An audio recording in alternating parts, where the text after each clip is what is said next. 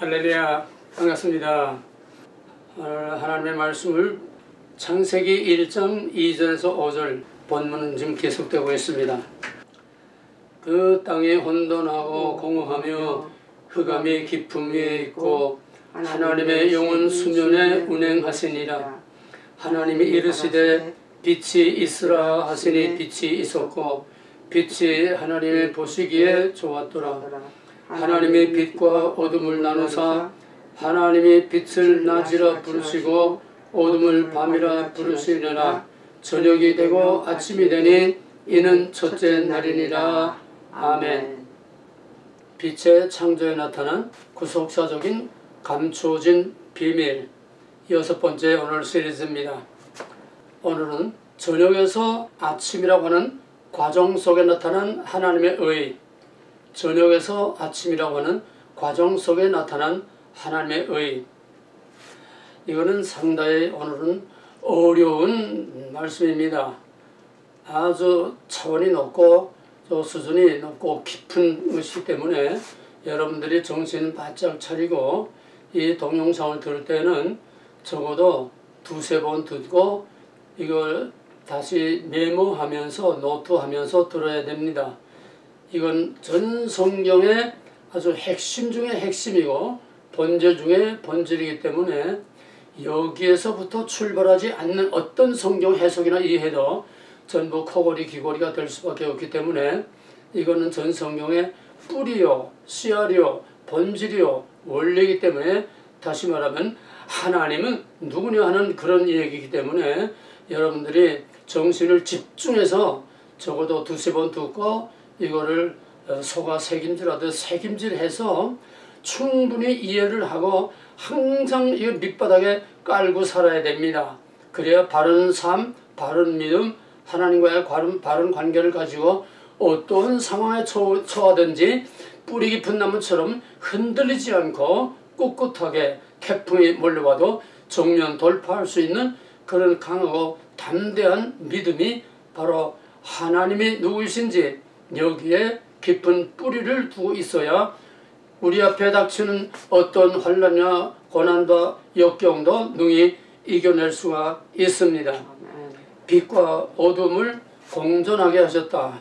하나님 오늘 빛을 창조했으면은 그냥 빛만 있고 어둠이 없으면은 항상 그저 해피하고 즐겁게 그저 평안하게 부족한 게 하나도 없이 살 수 있는데 왜 빛을 창조하시고 빛과 어둠을 공존하게 하셨느냐?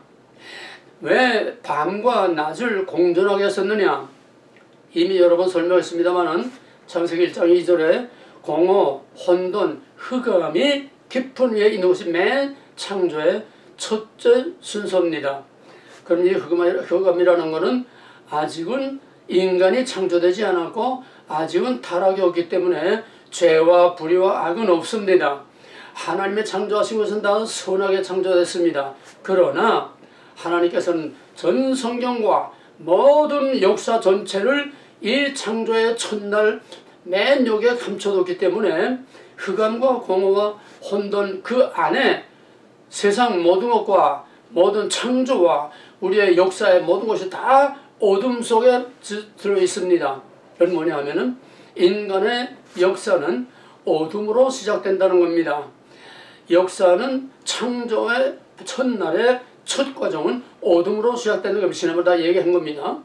어둠은 불의와 악과 죄와 모든 악한 마귀의 권세와 사망과 모든 하나님과 반대되는 것들을 다 우리는 싸잡아서 어둠이라고 이렇게 말을 하는데 다시 말하지만은 아직은 어둠이 없습니다. 아직은 불의와 이런 타락이 없습니다. 그러나 여기에 창조의 첫날 첫 순서에 앞으로 있을 역사를 여기다가 다 담아서 미리 내다보게 하는 상징이요 그림자로 어둠이라는 것을 먼저 만들어 놨습니다. 거기서 빛을 구별해냈습니다. 빛은 하나님 편은 다 빛입니다. 하나님 편이 아닌 것은 다 어둠입니다. 그래서 역사는 빛과 어둠의 싸움이라고 지난번에 얘기했습니다. 그런데 이 빛의 창조는 성경과 전 구속사의 원리가 여기에 다 숨어 있습니다. 그러면 여기에 낮과 밤 빛과 어둠을 왜 공존하게 하셨느냐? 첫째는 낮과 밤이 선한 것과 악한 것을 구별하기 위해서입니다. 하나님 편이냐 하나님 반대편이냐, 거룩, 구별, 거룩, 구별, 구별은 거룩입니다. 이거를 구별하기 위해서 빛을 어둠으로부터 구별해냈습니다. 하나님의 선한 모든 것들이 다, 사람이건 만물이건 하나님의 모든 선한 것들, 하나님께 속한 것들은 다 어둠으로부터 분리해냈습니다. 이것이 성경의 시작이고 마지막 분리해낸 천국과 분리해내지 않은 지옥이라고 하는 빛과 어둠으로 시작해서 빛과 어둠으로 끝납니다. 빛을 어둠으로 구별해서 마지막에 빛에 속한 자들을 어둠의 권세에서 구별해내는 것으로 성경은 끝납니다. 그러므로 전 성경은 이 빛과 어둠의 틀 안에서 전 성경을 이해해야 올바른 이해입니다. 도덕적인 얘기, 좋은 얘기, 세상 없는 말을 다 해도 이 기본 빛과 어둠의 이중 구조를 모르고 이걸 떠나서 하는 얘기는 전부 다 인간의 도덕과 윤리와 종교적인 복이나 비는 종교가 될 수밖에 없습니다. 그 다음에 빛과 어둠을 서로 대립되는 구조로 이렇게 놔둔 것은 두 번째는 하나님의 백성을 고난 속에서 훈련하고 연단하기 위해서 고난을, 고통을, 시련을 우리에게 허락하십니다. 그래서 하나님의 백성들도 고난을 받을 수 있다는 겁니다. 잘 믿는 사람도 고난을 받을 수 있다는 겁니다. 이건 뭐 얘기하자면 끝도 한도 없이 많은 거기 때문에 오늘 뼈대만 딱딱 추려서 지금 복습을 하는 겁니다. 그래서 하나님의 모든 성경은 하나님의 백성에게 초점을 맞추고 있습니다. 왜? 하나님의 백성 아닌 데에는 하나님 관심이 없어요. 예정과 선택 가운데 생명책이 기록된 하나님의 백성들에게만 하나님의 관심이 있습니다. 여러분 길거리 나가보세요. 남의 자식들 돌아다니는 거 관심 있습니까? 여러분 어린이 놀이터에서 여러분 애가 놀는데 다른 애들 관심 있습니까? 자기 애 노는 것만 관심 있어서 그만 봅니다. 넘어지지는 않나, 다치지는 않나, 또 누가 나쁘지는 때리지는 않나. 자기 백성에게만 관심이고 자기 자식에게만 관심 너무나 당연한 겁니다. 하나님은 인격적인 하나님이시기 때문에 우리와 근본 본질과 원리는 같습니다. 전 성경은 어떤 얘기가 나오든지 그 모든 이 얘기의 중심, 관심, 핵심은 바로 자기 백성입니다. 그러므로 성경은 이 세상 모든 민족 중에서 자기 백성이 사용할 히브리어로 기록해서 자기 백성에게 준 겁니다. 구약은 자기 백성에게 준 겁니다. 우선 1차 순서가 자기 백성에게 준 겁니다. 그 대표적인 가장 중요한 예는 가인과 아벨입니다. 여자의 손과 뱀의 손, 빛을 어둠에서 구별해낸 것처럼 하나님의 백성 삼으실 약속 있는 여자의 우선은 어둠의 권세인 뱀의 손으로부터 구별해냈습니다. 여자의 우선과 뱀의 우선 구별해냈습니다. 그 두 대표가 뭡니까? 가인과 아벨이지요. 가인은 어둠의 권세입니다. 사망의 권세입니다. 하나님을 대적하는 권세입니다. 아벨은 하나님의 택함을 받은 약속 있는 하나님의 백성입니다. 여기서부터 서로 이원론적으로 대립 충돌이 일어나게 되는데 여기에서 4장에서 가인과 아벨의 제사를 보게 되면은 거기에 기가 막힌 원리와 본질이 들어있습니다. 전 성경의 구속사의 전 역사를 하나님이 어떻게 보시는가 하는 하나님의 관심이 어디 있나 하는 걸 여기서 단적으로 보여줍니다. 하나님께서 아벨과 아벨의 예물은 연락하시고 가인과 가인의 예물은 연락하지 아니하셨다. 그럼 하나님의 관심이 어디에 있습니까? 아벨이죠. 거기에 연락이라는 말이 뭐냐 하면은 히브리어로 슈아라고 하는 건데 이거는 목적을 가지고 특별한 거기에 관심을 가지고 집중하고 관심을 가지고 있다는 겁니다. 특별한 관심을 가지고 거기에 항상 와치하고 항상 그거를 보고 있다는 겁니다. 그러니까 아벨과 아벨의 제물에는 하나님이 처음부터 관심을 가지고 마음을 거기다 쏟고 보았습니다. 그 연락입니다. 가인과 가인의 예물은 처음부터 관심이 없어요. 왜? 이건 버려진 영원히 죽을 뱀의 자손이요, 어둠의 권세요, 지옥의 권세요, 사탄의 권세이기 때문에 관심 밖입니다. 예정과 선택 교리에 이런 반구도 우리가 반론을 제기할 여지가 없습니다. 성경은 확실하게 말뚝을 꺾고 쐐기를 받고 나갑니다. 처음부터 예정과 선택, 뭡니까? 빛을 어둠으로 구별해낸 거 예정과 선택입니다. 여자 후손을 뱀의 후손에서 구별해낸 거 예정과 선택입니다. 아벨을 가인의 후손으로부터 아벨을 구별해낸 것이 예정과 선택입니다. 그러므로 하나님은 예정과 선택된 하나님의 백성에게 관심을 항상 가지고 와취하고 계시는 겁니다. 그러면 하나님의 통치는 그 밖에는 통치가 나타나지 않습니까?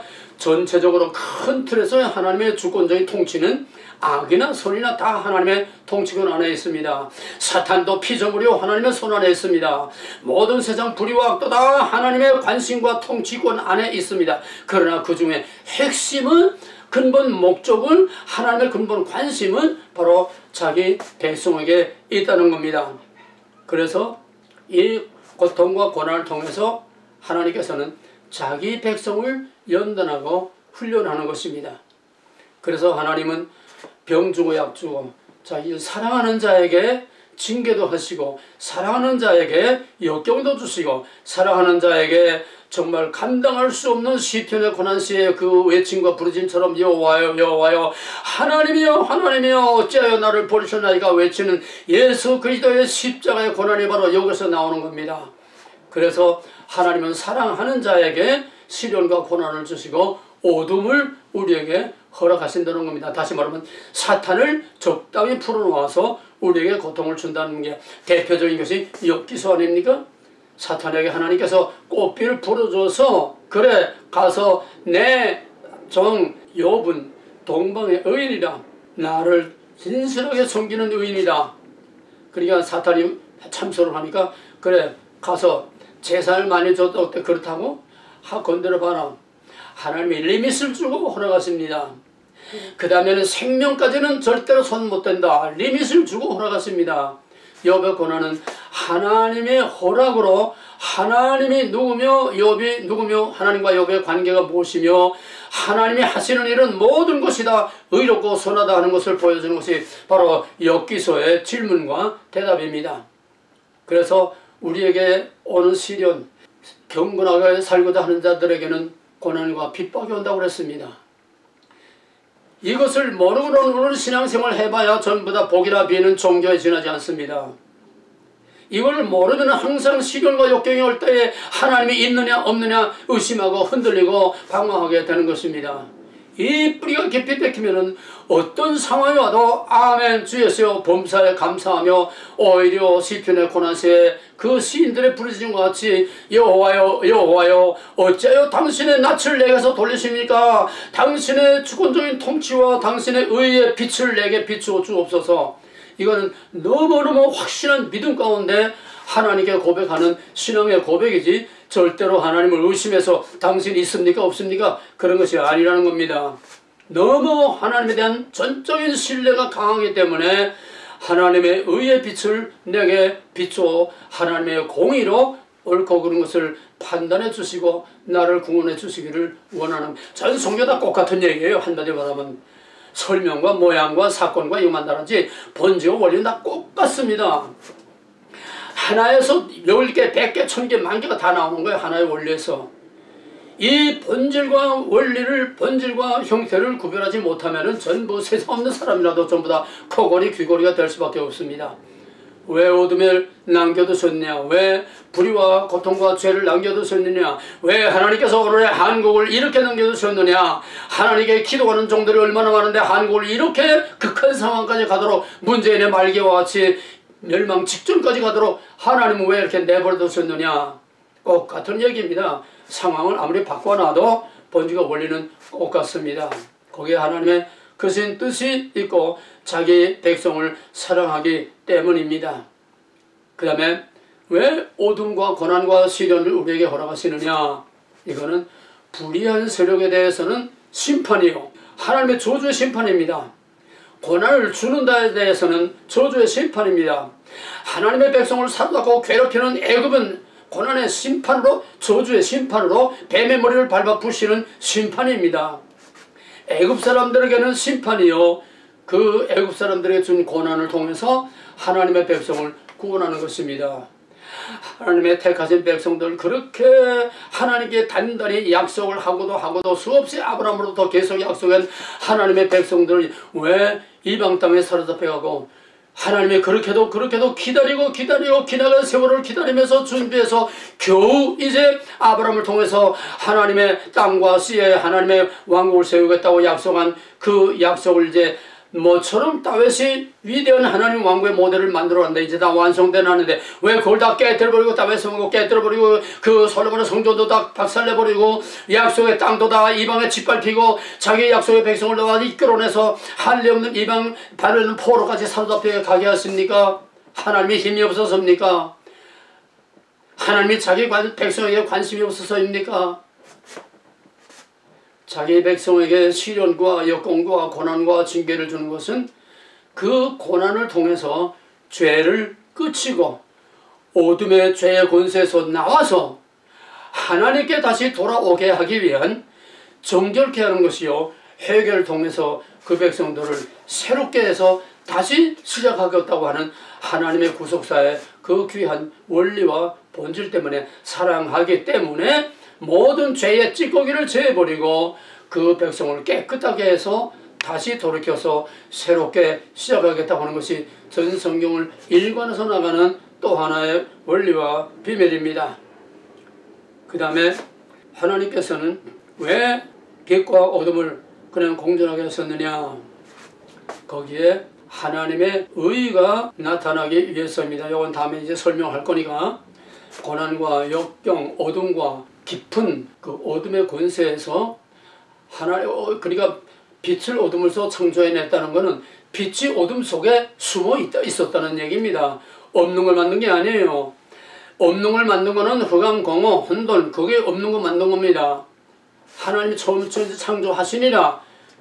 그게 바로 하나님이 처음 창조한 건데, 맨 처음 창조한 것이 바로 흑암, 공허, 혼돈, 그겁니다.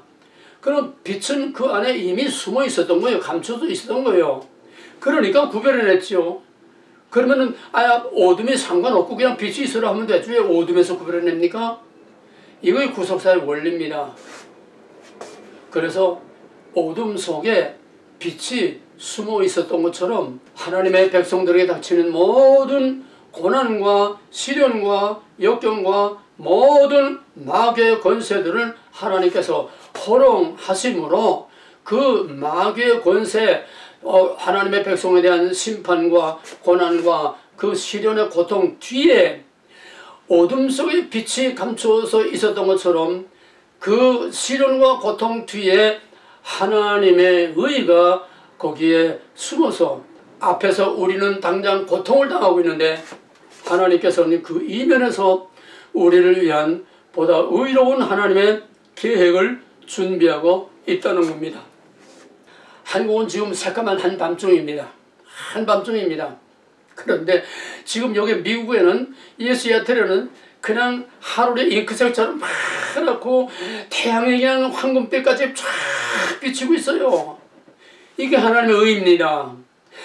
한국은 지금 깊은 밤에 있습니다. 깊은 죄악과 시련과 고난과 지금 종말의 말세에 아주 혹한 속에 지금 들어가 있습니다. 그러나 하나님께서는 그 이면에, 한국의 깊은 어두운 밤 이면에, 지구의 이 뒤편 이면에서 하나님은 의로운 태양이 항상 비치고 있고, 이제 장차 다시 뒤집히면은 그 한국의 어둠 속에서 시름하던 사람들을 빛 가운데로 하나님께서 인도하시는, 너희는 이전 일을 기억하지 말라. 보라, 내가 새 일을 행하리니. 그들은 지금 바벨론 포로의 어두운 생각, 절망과 좌절과 의기소침한 피굴한 거기다 빠져 있습니다. 실패자의 낙오자의 거기에 빠져 있습니다. 그런데 에스라가 너는 어둠 속에만 빠져 있지 말고 이제는 생각을 바꿔라. 이제는 거기서 바벨론에서 나왔다. 이제는 약속의 땅이다. 여기는 이제 하나님께서 새 일을 행하실 하나님의 의가 나타났고, 하나님의 의의 태양이 여기 지금 찬란하게 비추고 있다. 과거의 어둠에 사로잡히지 말고 거기서 나오라. 고린도서 6장에서도 27절에 이어서 너희는 거기서 나오라. 거기서 나오라. 우리는 어둠 속에 있을 때에, 고난 속에 있을 때에, 역경 속에 있을 때에, 절망 속에 있을 때에 그 절망 자체가 아닙니다. 그 뒤에는 하나님이 보다도 위대한 구원, 위대한 하나님의 영광스러운 은혜와 복을 우리에게 준비하고 있다는 겁니다. 하나님의 의입니다. 이게 낮과 밤, 빛과 어둠을 공존하게 하신 정말 깊고 깊은 하나님의 비밀입니다. 그래서 바울은 창세로부터 감추어진 비밀인데 예수 그리스도의 오심이 때가 참에 하나님의 아들이 하나님의 몸을 입고 여기 오신 것은 어둠에서 빛을 구별했다는 겁니다. 이 어둠의 캄캄한 여기에서 죄악의 세상에서 하나님이 의가 나타났다는 겁니다. 예수 그리스도가 하나님의 의로 빛으로 나타난 겁니다. 그리스도는 빛으로 오셨다고 요한복음 1장에서 말하고 있습니다. 상당히 어려운 것들에 정신 바짝 차려서 서로 연결을 시켜서 얘가 왔다 갔다 하니까 왔다 갔다 해도 똑같은 얘기입니다.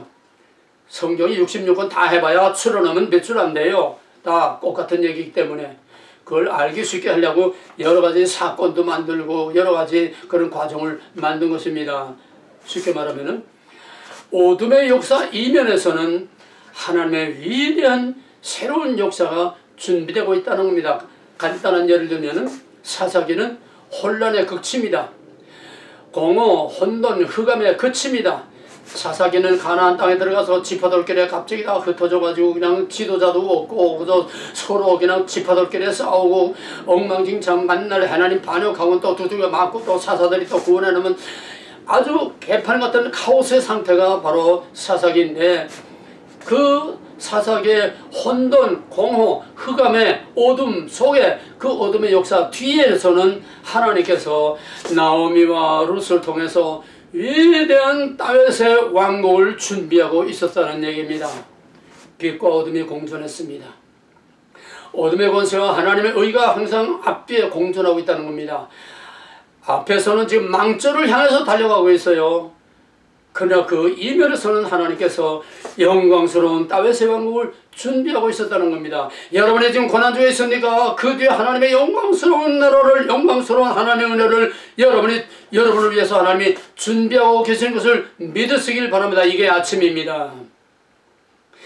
저녁이 되고 밤이 깊어도 우리는 아침에 대한 약속을 확실히 믿을 때에 내가 당한 현실이 전부가 아니라 그 뒤에서는 의로우신 하나님의 영광스러운 태양의 빛이 나를 기다리고 있다고 하는 그런 소망의 믿음으로 우리가 이 모든 시련과 역경을 이겨나가야 됩니다. 이거를 종말론적인 역사적 이중구조라고 합니다. 어려운 말로 종말론적인 역사의 이중구조. 무슨 말이냐면 사사기가 망조로 그냥 내려가고 있습니다. 계속 망조로 내려가고 있습니다. 그러나 이면에서는 나오미와 룻을 통해서 하나님께서 새로운 시대, 옛 시대는 끝이 나가고 어둠의 권세는 지나가고 새로운 빛이 떠오르는 아침에 영광스러운 태양이 떠오르는 이게 정말로죠 이중구조입니다.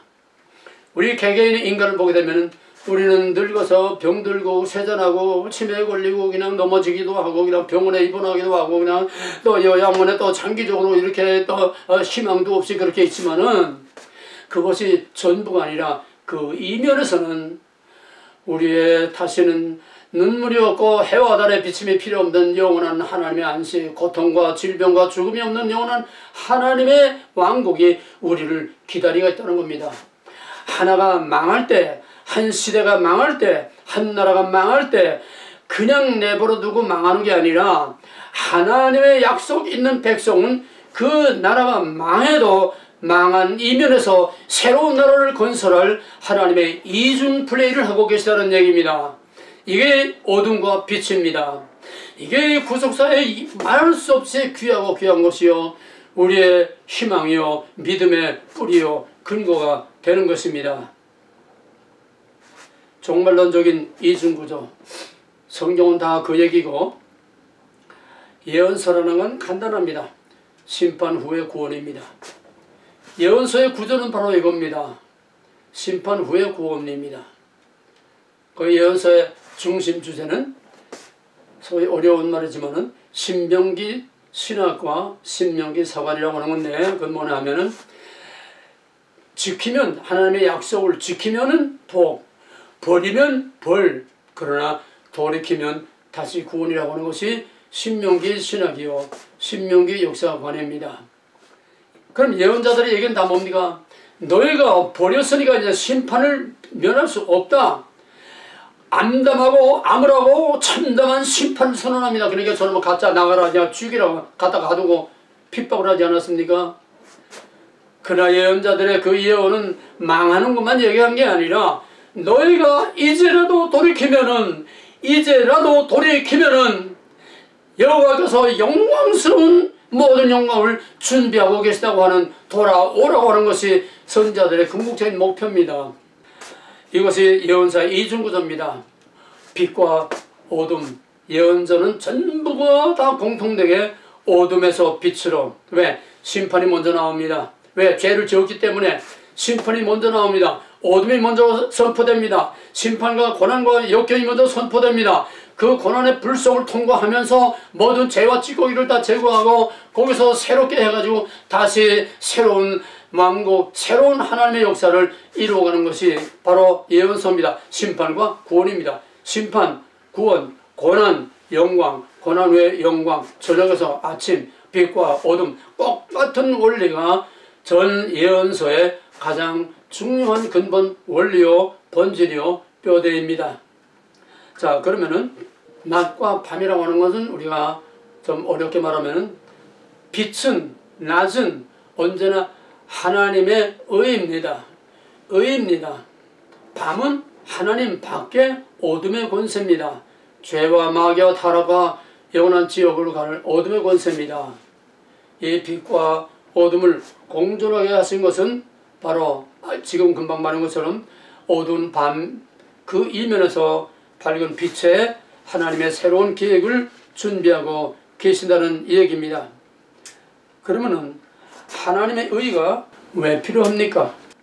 어둠이면 어둠으로 끝나고 심판이면 심판으로 끝나지 왜 하나님의 의라고 하는 것이 왜 필요합니까? 이것이 아담의 타락에서부터 그 대답이 나옵니다. 아담은 정령 죽으리라 죽을 수밖에 없습니다. 그러나 하나님께서 창세기 3장에서 범죄하는 아담을 찾아오십니다. 이건 뭐 너무 많은 설명이 필요하기 때문에 자세히 못합니다. 오늘 뼈대만 하지. 하나님이 아담을 찾아오셨다는 자체가 정령 죽으려 죽을 수밖에 없는 그 아담 선악과를 따먹는 순간에 그냥 뻗어서 죽어야 되는 그런 아담임에도 불구하고 죽이지 않고 살려놓고 하나님이 아담을 찾아왔다는 사실이 바로 그 정령 죽으리라고 하는 죽음 앞에 하나님의 의가 나타난 겁니다. 그리고 아담을 당장 죽이지 않고 그 동생도 여기 나가라. 여기 나하고 같이 있으면 넌 당장 죽어야 돼. 그러니까 나가서 살다가 죽어라. 하나님의 의가 나타난 겁니다. 심지어는 그 원죄의 원인이 뿌린 그 뱀마저도 하나님이 사랑하시는 피조물입니다. 저가 하나님을 반역했지만은 그 뱀도 아주 죽여서 없애버리면 간단한데, 타락한 천사도 사탄도 죽여서 없애버리면 간단한데 빛과 어둠을 공존하게 놨었습니다. 뱀을 그냥 놔뒀습니다. 뱀의 후손을 그냥 놔뒀습니다. 단 너는, 이건 형태입니다. 너는 저주를 받아서 이제는 죽지 말고 살아서 땅에 기어다니면서 저주받은 모습을 보여주면서 살아라. 죄의 값은 이런 것이고 하나님께 저주받은 것은 이런 것이라고 하는 것을 사람들에게 일깨워주는 또 하나의 심볼이요 사인으로 살아가라는 겁니다.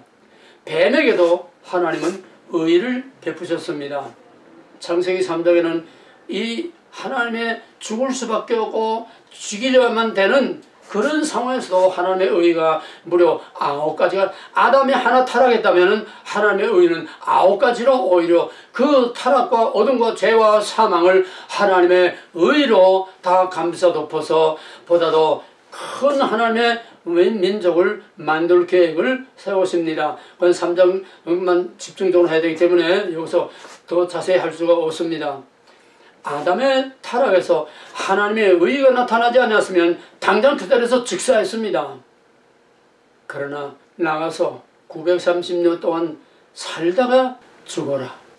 그러나 죽어도 너는 다시 살 것이라고 하는 부활의 약속이 거기에 감추어져 있습니다. 그것이 아벨 대신 셋과 에노스를 주신 것입니다. 어쨌거나 아담의 타락에 하나님의 의가 없었다고 하면은 아담은 그 자리에서 죽고 영원히 끝나고 말았습니다. 여자 여성도 없고 하나님 백성도 없고 끝나고 말았습니다. 죽음의 저주에 하나님의 의가 나타난 겁니다. 바로 공의와 사랑, 빛과 어둠이라는 것은 하나님의 공의와 사랑입니다. 공의로 심판하는 걸 심판하되 심판으로 끝나지 않고 그 사랑으로 공의를 싸고 넘치게 해서 그 궁극적으로는 하나님의 구원에 이르게 하는 하나님의 선하신 이 뜻을 하나님의 의라고 이렇게 우리는 말합니다. 십자가는 바로 그 압축입니다. 죽을 수밖에 없는 우리를 대신해서 죽음으로써 죽음이 하나님의 의를 나타냈습니다. 죽음으로써 우리를 구원하셨습니다. 예수님이 무덤의 어둠 속에 들어감으로써 그 이면에서 부활의 영광과 우리의 구원이라고 하는 하나님의 의가 예수님의 죽음을 통해서 예수님의 그 암흑한 그 고난을 통해서 하나님의 의가 나타나는 클라이막스가 바로 예수 그리스도의 십자가요 이제 종말에 나타날 것입니다. 우리가 만일 하나님께서 우리 죄대로 그대로 우리를 둔다고 하면은 하나님 앞에 살아남자고 했으나 시편 130절에서 여호와께서 우리의 죄를 살피시면 누가 주 앞에 소리가 여호와께는 사유하심이 있사오니 이게 하나님의 의입니다. 죄가 있다고 그냥 무조건 벌하고 끝나는 게 아니라 거기에 하나님의 사유하시는 하나님의 의가 그 죄와 심판의 이면에 있다는 겁니다. 하나님의 백성은 죽어도 살고 살아서 영원히 사는 하나님의 아침의 약속이 우리에게 주어져 있는 것입니다. 아브라함을 통해서 하나님께서 새로운 계획을 세우셨습니다. 내 씨로 이 땅을 차지하게 하리라. 내 씨로 내 백성 삼아서 내 씨로 이 땅을 차지하게 하겠다. 하나님의 왕국을 거기에 세우겠다는 왕국의 약속입니다. 그런데 지금은 아니야. 내 이름을 창대케 하고 너로 큰 민족을 이루게 하리라. 그러나 지금은 아니야. 왜? 아직도 이 아브라함에게는 아들이 없습니다. 이제 내 후손이 이방에 가서 4대 동안 400년 동안 종살이를 하다가 깊은 어둠을 통과하고 나서 그 다음에 때가 찰 때에 이 땅에 돌아와서 이 땅을 차지하고 영광스러운 왕국을 만들 것이라고 하는 겁니다. 아브라함의 자손, 야곱의 자손들이 애굽에 내려가서 400년 사는 동안에 처음에 얼마 동안은 요셉의 도구로 독을 많이 받습니다. 그러나 요셉을 알지 못하는 애굽의 왕들이 나오면서 점점 갈수록 점점 어두워지고 갈수록 핍박과 고난이 심해졌습니다. 밤이 깊으면 낮에 가까운 겁니다. 밤이 깊어지니까 아침이라고는 하나님의 의의 태양이 떠오를 때가 된 것입니다. 어둠의 절정에서 하나님의 의의 태양이 떠오를 때가 된 것입니다. 즉 애굽의 400년 종살이하는 어둠 속에 그 아브라함의 자손들이 어둠 속에 있는 동안에 하나님은 잠자코 있은 것이 아니라 그 백성을 창대하게 하셨습니다. 하나님의 의가 애굽에서도 나타났습니다. 10가지 재앙을 할 때도 처음에 3가지 재앙은 그냥 다 같이 받았지만은 4번째 재앙부터는 하나님께서 그 백성을 따로 구별해 놨습니다. 10가지 재앙 중에서도 자기 백성에게는 하나님께서 의를 베풀었습니다. 말할 것도 없이 거기서 애굽에서 나온 거는 더 말할 것 없는 하나님의 의가 고난 중에 어둠에서 하나님의 의가 나타난 겁니다.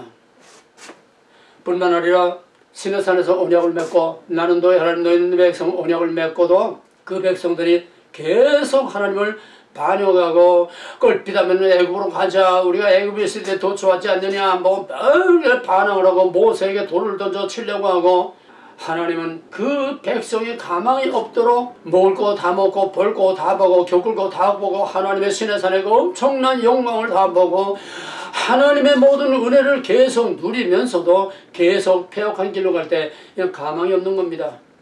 아론이 금송아지 만나서 하나님께서 모세에게 내가 이 명절을 아주 진멸하리라. 씨를 없애버리고 난 다시 시작하겠다. 모세와 하나님의 쓰임을 통해서 하나님께서 또 지어줬습니다. 그래 내 말이 맞다. 내가 다 해주겠다. 애국까지 내려가 약속의 땅까지 가겠다. 심판 중에도 하나님의 의는 항상 거기에 머물고 계십니다. 어둠 속에 항상 하나님이 그 이면에 계십니다. 그래서 결국은 민수기 광야 40년의 패역한 시대에도, 그 어둠의 시대에도, 그 혼란과 카오스의 시대에도 하나님의 의는 낮에 구름 기둥으로, 밤에 불 기둥과 반석의 생수와 하늘의 만나로, 대적을 물리쳐 주시는 하나님의 능력과 권세로 그 패역한 백성을 버리지 않고 끝까지 모압 땅까지, 약속의 땅까지 인도하신 신실하신 하나님, 그게 바로 역설적인 하나님의 의입니다. 죽을 수밖에 없는 인간에게 나타난 역설적인 하나님의 은혜요. 우리가 찬송과 Amazing Grace, 나 같은 죄인 살리신 역설적인 하나님의 은혜입니다. 우리가 예수 믿고 구원받았다고 하는 역설적인 하나님의 은혜입니다. 우리가 구원받을 자격이 있고 무슨 공로를 세우고 돈을 맞추기 때문에 아닙니다. 죽을 수밖에 없는 죄인에게 베푸신 하나님의 역설적인 은혜 때문입니다. 그 다음에는 가나안 땅에 들어가서 가나안 땅 쪽을 다 정복을 하고 이제 하나님의 왕국이 이루어지기까지, 사울이 왕국을 세울 때까지 가나안 땅의 200년 역사는 혼란과, 아까 말한 사사기의 극도의 혼란과 타락과 암흑의 세계, 바로 창세기 1장 2절에 흑암과 혼돈과 같은 똑같은 암흑의 세계였습니다. 그러나 하나님께서는 나오미 룻을 통해서 그 뒤에서 하나님의 위대한 다윗의 왕국을 준비했다고 그랬습니다. 하나님의 의가 나타난 겁니다. 때가 참에 하나님이 다윗을 일으켜서 하나님의 위대한 왕국을 세웠습니다. 다윗이야말로 새로이 떠오른, 어둠을 물리치고 떠오르는 창세 이후 내내 하나님이 약속했던 그 아침의 약속이 바로 다윗과 다윗의 왕국을 통해서 이루어졌습니다. 이제 다 됐습니다. 그런데 그거로 다 된 것이 아니고 그 다음 솔로몬 때부터는 열왕기로 들어갑니다. 열왕기는 이스라엘의 망국사입니다. 계속 떨어지고 내려가는, 부패와 타락으로 내려가는 망국사입니다. 솔로몬의 음행으로 인해서 그 이스라엘 피 흘려 세운, 그 다윗이 피 흘려 세운 이스라엘을 하나님께서 열정으로 쫙쫙 찢어가지고 내가 이 나라를 이렇게 찢어버리겠다. 솔로몬의 성전을 하나님이 그렇게 기뻐 받으셨는데 그 성전도 다윗의 왕국도 다 박살내버리고 약속의 땅도 더러운 이방인의 발굽에 짓밟히고 하나님의 약속된 백성 아브라함의 자손을 I don't know, get up. 너는 내 백성 아니다. 로, 암미, 내 백성 아니다. 이방 땅에 사로잡히게 가게 하셨습니다. 그래서 열왕기는 망국사입니다. 그럼에도 불구하고 예언서에서는 이 심판과 멸망이 끝이 아니고 다가 아니고 그 후에, 고난 후에, 어둠 후에 시온의 영광이 밝아오는 아침에 찬란한 하나님의 의의 태양이 떠오를 것이라고 하는 이것이 바로 예언서에, 특별히 이사야 40장 이후에 나오는 예언서, 예레미야서의 예언서, 에스겔서의 예언서 후반이 바로 이러한 고난 후의 영광이라고 하는 하나님의 의의 빛을 약속하신 것입니다. 그러면 바른 포로기야말로 이스라엘 백성에서 가장 암담한 시대지요. 어떻게 하나님의 할례받은 백성이 할례 없는 이방인의 포로가 되어서 이방 땅에 수말리에 여기에 사로잡혀 있느냐. 하나님은 심판만 하신 것이 아니라 바벨론 포로 70년 동안에 엄청난 새로운 시대를 준비하셨습니다. 바벨론 포로의 70년과 중간기 400년 동안 하나님은 470년 동안 입을 다물고 아무런 말씀도 없었습니다. 선지자도 없었습니다. 하늘이 캄캄하고 세상이 캄캄했습니다. 그러나 하나님께서는 이 깊은 밤, 깊은 어둠 이면에서 엄청난 새 시대를 준비하신 것입니다. 뭡니까? 바벨론 70년 포로 중에서 먼저 하나님이 우리 하나님이고 우리가 하나님의 백성이 우리가 어떻게 이렇게 이방 땅에 사로잡혀 올 수 있고 하나님의 왕국, 다윗의 왕국과 예루살렘 성전이 이렇게 다 파괴될 수 있고 하나님의 백성과 하나님의 약속의 땅이 어떻게 이 지경 될 수가 있습니까? 그 백성들이 씨름하고 그 백성들이 불평하고 원망할 때에 거기에 하나님의 의가 나타났습니다. 빛이 나타났습니다. 하나님은 예루살렘 성전의 캄캄한 그 성전에만 갇혀있는 하나님이 아니라 하나님은 창조의 하나님이다. 하나님이 예루살렘에도 계시고 사마리아에도 계실 뿐만 아니라 이방 땅 바벨론 그발 강가에 우리 포로들 중에도 하나님은 계시다고 하는 신관이 변화됐습니다. 하나님이 어떻게 그 창고 같은 깜깜한 데서 그 성전과 함께 파괴돼서 하나님이 돌아가셨겠느냐? 퀴스천이 새로운 하나님의 신관을 발견하게 됐습니다. 하나님은 어디에나 계신 하나님입니다. 성전이 없으니까 제사를 못 드렸습니다. 그럼 하나님은 어디에 계시니까? 꼭 짐승의 제사가 아니라도 하나님은 어디에나 계시니까 어디에서도 우리가 하나님을 예배할 수 있지 않느냐. 해당 예배가 여기서 나왔습니다. 새 시대를 준비하는 겁니다. 그보다 더 큰 것은 우리가 왜 이렇게 어처구니 없이 하나님의 백성이 이방 땅에 사로잡혀 왔느냐. 거기에 대한 대답이 나오기 시작했습니다. 율법을 지키지 않았어다. 율법이 어디에 있었느냐. 우리가 아무도 몰랐지 않느냐. 살아 행동하는 율법이 있지 않았느냐. 율법의 돌판과 두루마리는 우리가 미싱돼서 잊어버리고 알지 못했지만은 그 돌판과 두루마리 대신 살아서 떠들고 외쳐대는 살아있는 율법, 살아있는 말씀, 살아있는 하나님의 율법을 외친 선자들이 있지 않느냐. 그 선자들 말을 들어봐라. 선자들 말대로 다 그대로 됐지 않느냐. 그러니까 야, 이 선자들 말을 개지는 소리를 하는데 이거 다 주워 모아라 수집을 해서 에스라를 중심으로 해서 거기서 구약 정경의 틀을 만들었습니다. 흩어져 있던 구약, 그때까지 모세오경밖에 말씀이 없었어요. 흩어져 있던 모든 하나님의 문서들을 진짜와 가짜로 다 구별해 가지고서 그 사본들을 다 구별해 가지고 정리를 해서 구약 정경을 만들었습니다. 그 다음에 포로에서 돌아와 가지고 에스라가 그 민족을 다 모아놓고 하나님의 율법을 재건하고 거기서 하나님의 성전을 건축하고 또 재건하고 또 거기서 하나님의 새로운 계획을 향해서 너희는 이전 일을 기억하지 말며 옛적 일을 생각하지 말라. 역사관을 바꿔라. 이제는 과거를 탓하지만 말고, 이번에 윤석열이 그랬죠. 이번에 국민의힘당 연찬회에서 오늘의 모든 상황에 전 정권의 책임으로만 미루지 말고 너희가 책임을 지는 새로운 정치를 하라는 겁니다. 이게 이스라엘 외침입니다.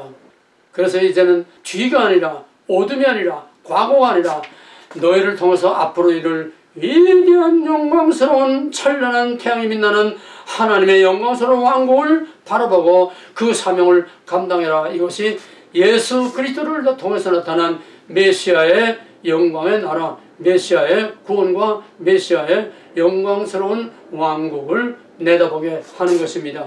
바벨론 포로를 통해서 신약시대를 준비했습니다. 그러면 중간기 후반에는 포로에서 돌아와서 예수 그리스도까지 약 400년간을 말합니다. 그때는 완전히 암흑시대입니다. 암흑시대라는 건 선자의 말이 없었을 뿐 아니라 그때는 온갖 정치적인 핍박과 탄압으로 그 백성이 큰 어려움을 겪을 때였습니다. 첫째는 바벨론 아수르의 포로, 그 다음에는 또 헬라, 페르시아, 그러한 바벨론의 포로로 사로잡혀 있을 때에 하나님께서 그 포로 중에 고레스라고 하는 페르시아라고 하는 나라를 점점 크게 만들어 가지고 하룻밤 사이에 바벨론을 띄웠고 그 백성으로 너의 고향으로 돌아가라. 돌아갈 뿐만 아니라 가서 성전을 지어라. 그 성전의 모든 경비는 우리 왕궁 곳간에서 다 되어줄 것이다. 어둠 속에 빛이 나타났습니다. 어둠 속에서 하나님께서 고레스와 페르시아를 준비했습니다. 그 다음에 고레스가 한 일, 페르시아가 할 일은 다 끝났습니다.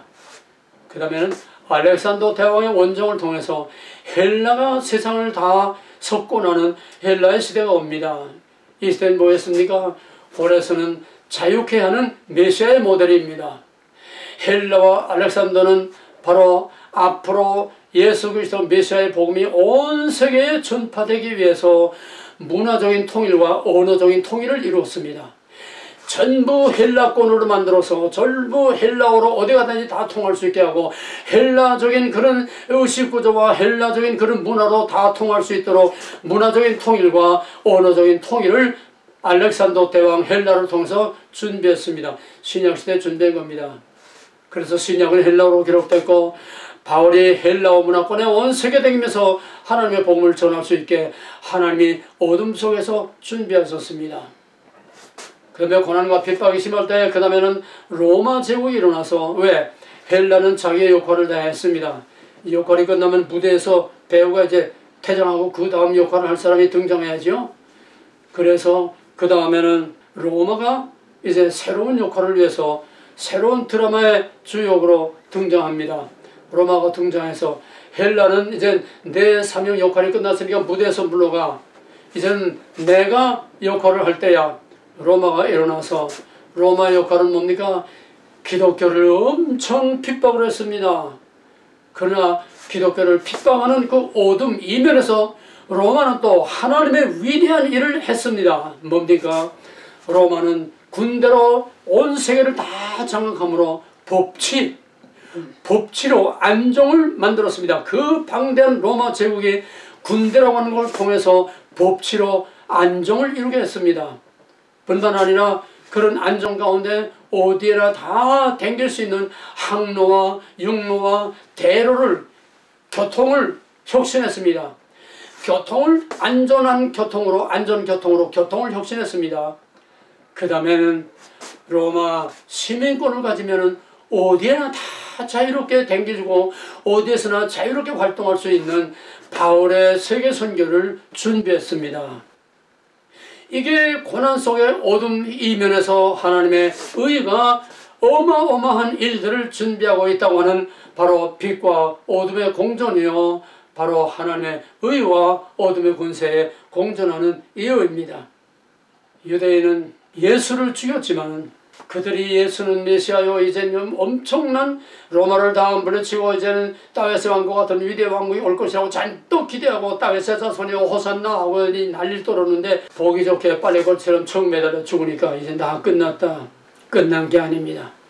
예수는 아벨처럼 어처구니 없이 맞아서 무덤 속에 들어갔지만은 그 무덤의 3일이라고 하는 그 어둠은 창세기 1장 2절의 카오스와 같은 희망이 없는 모든 게 다 끝나고 절망해서 제자들도 다 도망가 버리는 어둠의 절정에서 부활의 시온의 영광이 밝아오는 하나님의 의의 태양이 나타났고, 예수 그리스도의 십자가의 고난 속에서 나의 하나님이여 나의 하나님이여 어찌하여 나를 버리셨나이까 할 그 고통의 고난의 절규 가운데서 하나님께서는 뱀의 머리를 밟고 그 십자가의 권세로 모든 마귀와 사탄에게 사로잡힌 하나님의 백성을 이끌어내서 우리에게 제2의 엑소더스, 영적인 엑소더스, 애굽의 물리적인 애굽에서 물리적인 육신이 아니라 우리의 생명과 영혼을 영원한 마귀의 권세에서, 죄의 권세에서, 사망의 권세에서 우리를 해방해주는 위대한 제2의 엑소더스를 예수 그리스도를 통해서 이루었습니다. 예수의 죽음은 절대로 헛된 죽음이 아니라 어둠 후의 광명, 저녁 후의 아침, 고난 후의 영광이라고 하는 하나님의 의와 어둠의 권세가 서로 병행하고 공존하면서 하나님은 어둠의 권세를 역으로 이용하셔서, 왜? 어둠의 권세도 다 하나님 통치 아래 있기 때문에 어둠의 권세를 적절히 이용해서 하나님의 뜻을 이루습니다. 잠언 16장 4절에서 하나님은 악한 날에 악인을 적당히 들어 쓰신다고 그랬습니다. 모든 어둠의 권세도 하나님의 통치권 안에서 하나님의 적절히 사용하시는 겁니다. 좌절하지 마세요. 낙심하지 마세요. 절망하지 마세요. 이것이 끝이 아닙니다. 고난이 끝이 아닙니다. 고난 후의 영광스러운 아침이 우리에게 약속되어 있습니다. 이 약속을 바라보는 어둠과 빛의 비밀을 여러분 가슴 깊이 새겨두시고 어떤 일을 당하든지 무슨 일을 만나든지 만사 형통하리라 하나님을 찬송하며 그 고난의 불무불속을 정면 돌파할 수 있기를 주님으로 간절히 축원합니다. 마지막으로 이제 정리하겠습니다. 지금은 전 역사를 통해서 어둠의 절정입니다. 사탄의 세력의 절정입니다. 우리를 멸망케 하고 죽음으로 이끌어가는 모든 역사의 최악으로 암담한 역사가 우리 앞에 지금 무서운 속도로 다가오고 있습니다. 인구 감소, 5억만 냉기고 다 죽여야 되겠다고 하는 이 어마어마한 이런 악의 권세가 지금 막 각양각색으로 우리에게 몰려들고 있습니다. 뭐 여기서 그 내용까지 설명할 수 없어요. 작년 세계 경제와 세계 경제를 앞세워서 세계 전체를 지금 움직이고 컨트롤하는 지금 컨트롤 타워가 이제는 조금 A형이 바뀌었습니다. 이제는 다보스 포럼이 전 세계 모든 역사를 지금 요리하고 준비하고 있습니다. 작년 1월달에 다보스 포럼의 선언이 뭐냐 하면은 그레이트 리세트입니다. 그레이트 리세트. 제2의 새로운 창조라는 거야. 하나님의 창조를 다 없애버리고 우리가 새로운 인간을 만들어내겠다는 거예요. 새로운 세상, 새로운 역사를 만들어내겠다는 거예요. 지금 이 틀 안에서 다 돌아가고 있습니다. 또 그 배후의 세력을 보게 되면 이것이 소위 일미나티, 프리메이슨, 제스위트, 로만 캐더릭, 이슬람, 공산주의 전부 다 이런 배후 세력들이 다 이제는 인간을 최악의 상황으로 몰고 가는 바로 New Order, New World, New Age의 지금 극한을 향해서 지금 막 힘으로 쏠라가고 있습니다. 4차 산업혁명은 우리의 육신적으로 말할 수 없이 편리하고 말할 수 없이 좋은 세상을 가져오지만은 그 이면에는 엄청난 핍박과 고난과 바로 어둠을 완전히 없애버리는 빛을 완전히 밟아버리는 요한복음 3장 19절에서 어둠이 빛을 미워하여 빛을 밟아버리는 것처럼 마지막 하나님의 택하신 백성들은 시도 없이 다 죽여버리는 무시무시한 어둠의 권세가 우리에게 지금 다가오고 있습니다. 한국은 언제나 종말의 압축이라고 그랬습니다. 이것이 우리가 지금 문재인 정부를 통해서 그 그림을 보았습니다. 그 모델을 보았습니다. 희망의 빛이 전혀 없었습니다. 하나님이 정말 직접 개입해서 하나님의 판을 뒤엎지 않았으면 아슬아슬한 0.75 그것도 없었습니다. 희망의 빛이 전혀 없었어요. 저들이 20년 30년 영원히 통치하겠다는 거예요. 저들은 언론과 법과 입법, 사법, 행정 다 사로잡고 언론을 사로잡고 모든 시민단체, 독립, 이장, 면장까지 다 저희들 손에 다 사로잡고 마음대로 부정선거를 하는데 누가 이걸 당해냅니까? 세계 민주주의의 종주국인 미국에서 100일에 뻔히 다 눈뜨고 보는 가운데서도 트럼프를 부정투표로 다 밀어버리고 바이든 가짜가 지금 대통령하고 꽝꽝거리지 않습니까?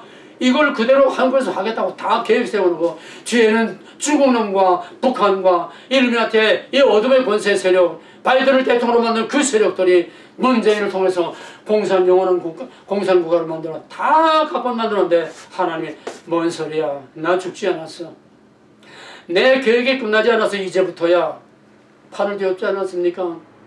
하나님의 의가 나타나는 겁니다. 여러분, 한국의 역사 속에서 보이지 않고 들리지 않고 만져지지 않는 이 어둠의 권세와 하나님의 의가 어떻게 지금 시저처럼 엎치락 뒤치락 하면서 역사를 이뤄나가는가, 이거를 분명히 직시해서 하나님의 의를 항상 볼 수 있기를 바랍니다. 한국은 지금 어둠의 절정 삼경, 여명 직전에 어둠의 절정에서 지금 새벽닭이 오는 윤석열 대통령을 통해서 새벽달의 울음소리를 우리에게 지금 들려주고 있습니다. 아직 시작입니다. 아직 밝은 아침이 아닙니다. 아직 태양이 떠오르지 않았습니다. 아침이 온다고 하는 새벽닭의 울음을 윤석열을 통해서 온 백성에게 지금 꺾여 하고 있는데 이걸 보고도 듣고도 모릅니다.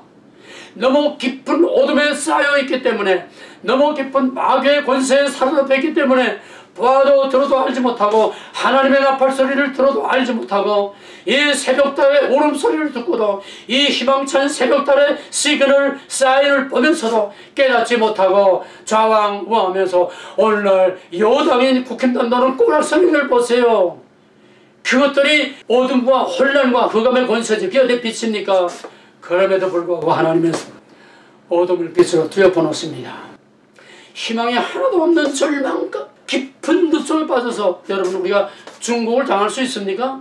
북한이야 그렇다 치더라도 지금 중국이 세계를 다 주무르고 한반도 아시아를 다 주무르는데 중국이 무슨 힘으로 우리를 당합니까? 놀랍게도 하나님께서는 어떻게 역사하실지 보세요. 하나님이 하루아침에 중국을 통해서 어둠의 권세를 통해서 사탄을 통해서 하나님을 대적하는 권세를 통해서 코로나라는 걸 만들어내가지고 삽시간에 전 세계를 팬데믹으로 하다 마비시켜버렸습니다. 전 세계를 마비시켜버렸어요. 막 혼란을 시켜버렸어요. 국경을 다 닫아버렸어요. 수많은 사람들이 막 죽어나가요. 불안과 공포에 떨게 만들었어요. 그걸 다 이용해서 소위 코로나 정치라고 하는 그걸 통제 수단으로, 감시 통제 수단으로 중공에서 하는 그런 방법을 우리가 아직 그것까지는 안 갔지만은 셀럽홀이라든지 여러가지 통해서 그 확진자를 추적하고 뭐하고 해가지고 완전히 통제사회로 가는 아주 클라이막스로 몰고 가고 있었습니다. 그게 다가 아닙니다. 그런 와중에 5억만 남겨놓고 다 죽여야 되겠다고 하는 이 빌 게이츠를 필두로 하는 이 어둠의 권세가 무서운 사망의 어두운 그림자를 드리우고 지금 그 발톱을 드러내고 지금 온 세계를 죽음으로 몰고 가고 있었습니다. New Order, New World, New Age. 그런데 여러분 보세요. 그런 혼란과 절망과 좌절한 뒤에 이면에서 하나님 뭘 준비하고 계셨습니까? 코리아를 준비하고 계셨습니다. 여러분, 팬데믹 전까지만 해도 코리아가 어디 붙은 나라인지 팔이 또만한 거 어디 붙은 나라인지 아는 사람만 알지 거기가 다 몰랐어요. 그런데 팬데믹을 통해서 하나님께서 한국을 방역의 모델 케이스로 유엔의 모델 케이스로 딱 그냥 찍어버렸어요. 코리아의 모델을 본받아라. 코리아의 모델을 따라 팬데믹을 통해서 그 혼란을 통해서 코리아를 방역으로 딱 띄워버렸습니다. 그 다음에 우크라이나가 터졌습니다. 우크라이나가 터지니까 어떻게 된지 압니까? 우크라이나가 터지니까 물론 하루아침에 된 건 아닙니다만은 미리 다 준비하신 거죠. 우크라이나 터지니까 그 다음에는 무기가 문제가 됩니다. 지금 우크라이나가 적골나니까 전 세계가 이제는 직접 옆에 있는 폴란드는 말할 것도 없고 폴란드에서 7조 5억의 항공무기를 통째로 다 시스템에 다 받아들이겠다고 그랬어요. 탱크고 비행기고 할 거 없이 코리아의 방산무기를 다 저희들이 받아들이겠다고 이미 계약을 이제 끝냈습니다. 사인을 끝냈어요. 그러니까 그 옆에 있는 헝가리나 그 옆에 있는 중동 또 중앙아시아 여러 나라들이 너도 나도 할 거 없이 코리아 찾기 시작했습니다. 그 콧대 높은 독일이 중심이었는 유럽연합까지도 이제는 독일이나 안까 믿어가지고 중국 믿어가지고는 안 된다. 이제 코리아밖에 믿을 게 없다. 코리아 이제 독일이 자존심을 꺾고 한국의 탱크를 들여오겠다는 거예요. 유럽연합이 자존심을 꺾고 코리아의 이 방산무기를 받아들이겠다고 지금 서로 각축전을 벌이고 경쟁을 하고 있습니다. 호주는 몇 년 동안 밀고 땡기고 이렇게 재면서 코리아의 한국의 그 장갑차를 이제 들이느냐 마느냐 이러다가 이제 폴란드에서 7조 달러에 갖다가 그냥 그리고 우리는 돈 먼저 주겠다. 저 인도네시아처럼 치사하게 말만 하고 돈 뒤로 감추고 젖다질 안 한다. 우리는 돈 먼저 주겠다. 이렇게 나오니까 호주가 깜짝 놀라서 야 이러다 우리 다 뺏기겠다. 우리 빨리 코리아에 이거를 우리가 말을 먼저 꺼냈으니까 우리가 기득권이 먼저 있으니까 우리 거 빨리 달라. 이제는 미국에서까지 한국의 방산 비밀 그 기술을 미국에서까지 이제는 우리 달라 지금 전 세계가 지금 전부 한국에 매달립니다. 당연히 우크라이나를 친 러시아는 우방과 적입니다. 미국과 적입니다. 그럼에도 불구하고 푸틴은 옛날부터 한국을 짝사랑하고 있었어요. 짝사랑이 아니라 한국이 그만큼 이제 보였지요. 뭐 설명은 하지 않겠습니다. 푸틴이 우크라이나 전쟁이 러시아를 반대하는 서방 진영에 속한 나라들을 다 제재 대상으로 한국도 할 수 없으니까 서방 쪽에 있으니까 제재 명단에 더 들어놓습니다. 앞에서는 제재 명단 들여놓고 뒤에서는 한국에 자꾸 특혜를 주려고 합니다. 이제 에너지 난으로 지금 전 세계가 지금 막 초비상에 걸려있는데 러시아는 한국에 LNG선을 자꾸 보내고 있어요. 가스를 자꾸 한국을 보내고 있습니다. 세계가 깜짝 놀라는 거예요. 유럽이 깜짝 놀라는 거예요. 어떻게 한국은 서방인데 어떻게 러시아가 한국을 특혜를 줘서 그 선박에 무슨 그 법을 고치는데 한국은 빼놓고 그 법을 고쳤대요. 그러고서 한국은 자꾸 가스를 줘요. 가스를 줄 뿐만 아니라 일본하고 항상 오랫동안 국경 분쟁을 하고 있는 저 사하린과 유크열도 이거를 다스릴 나라는 한국밖에 없다. 코리아가 거기에 들어서 개발하고 코리아가 거기 가면 우리는 도구로 옆에 다 경제붕의 독을 보게 되는 것이야. 그리고 진짜인지 가짜인지 모르지만 계속 나오고 있는 것이 푸틴이 그 지병으로 언제 죽을지 모르니까 유언에 남기기를 본래 고구려 때의 우리 땅이었던 저 연해주, 만주 동쪽, 북쪽 함경도하고 국경이 다 있는 그 연해주입니다. 그 연해주 전체 우리 한국보다 몇 배 커요. 거기에 주지사가 깃발을 들고 우리는 한국에 편입되겠다. 우리를 코리아에 편입시켜달라. 중앙정부를 향해서 외치고 있고 푸틴은 그래 이제 내가 죽으면은 연해주는 한국에 편입시켜라.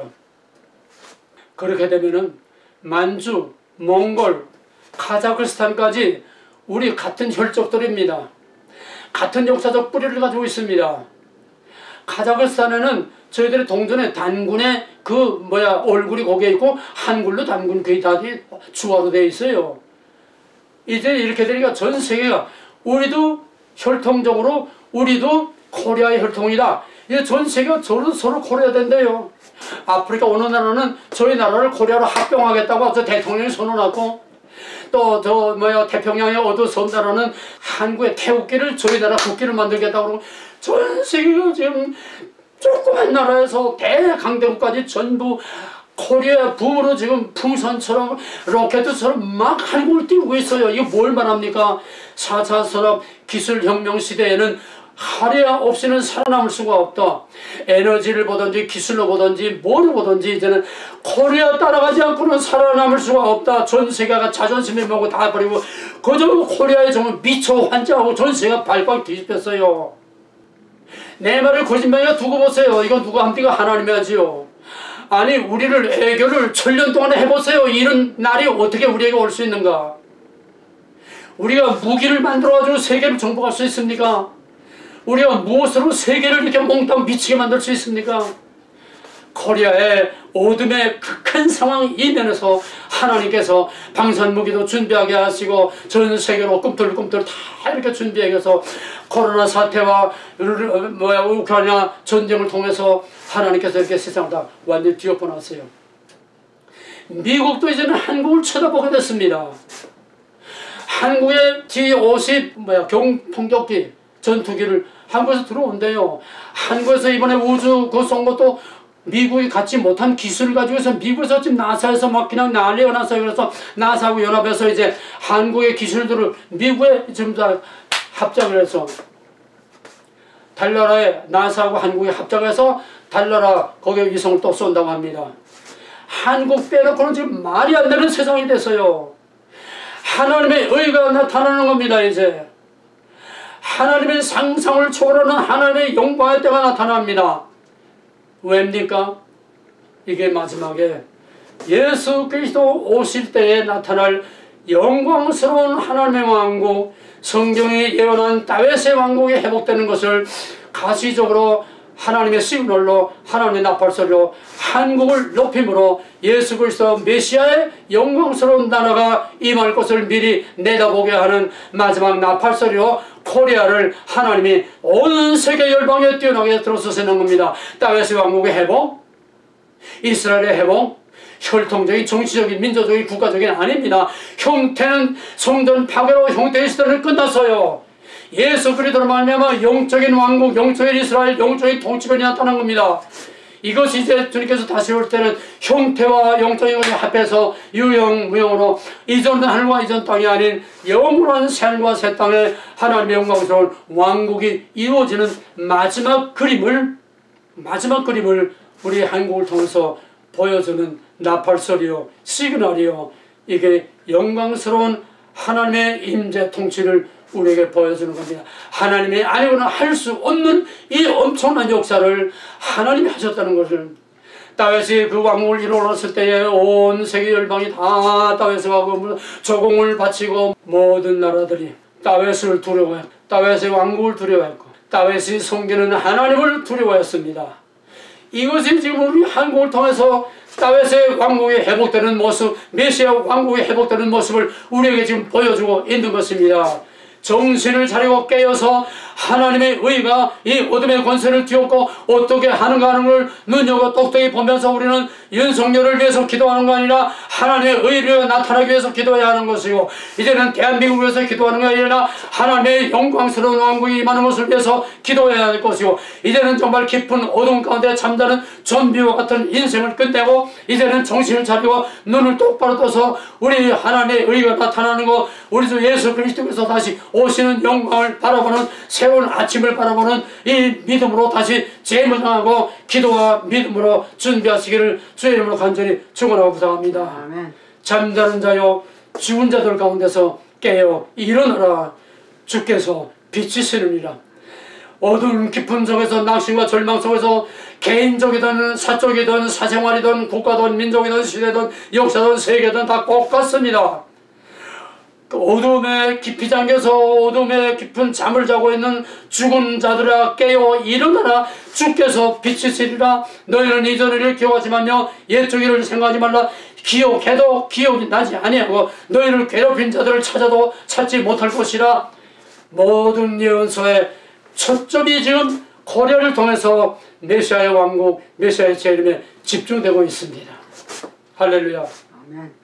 본질과 형태, 빛과 어둠, 어둠의 권세와 하나님의 의, 권한과 영광, 이것이 빛의 창조에 나타난 위대한 하나님의 역사 섭리와 구원의 역사를 우리에게 보여주는 가장 위대하고 가장 중요한 샘플이요 빛의 창조에 감춰진 비밀입니다. 할렐루야.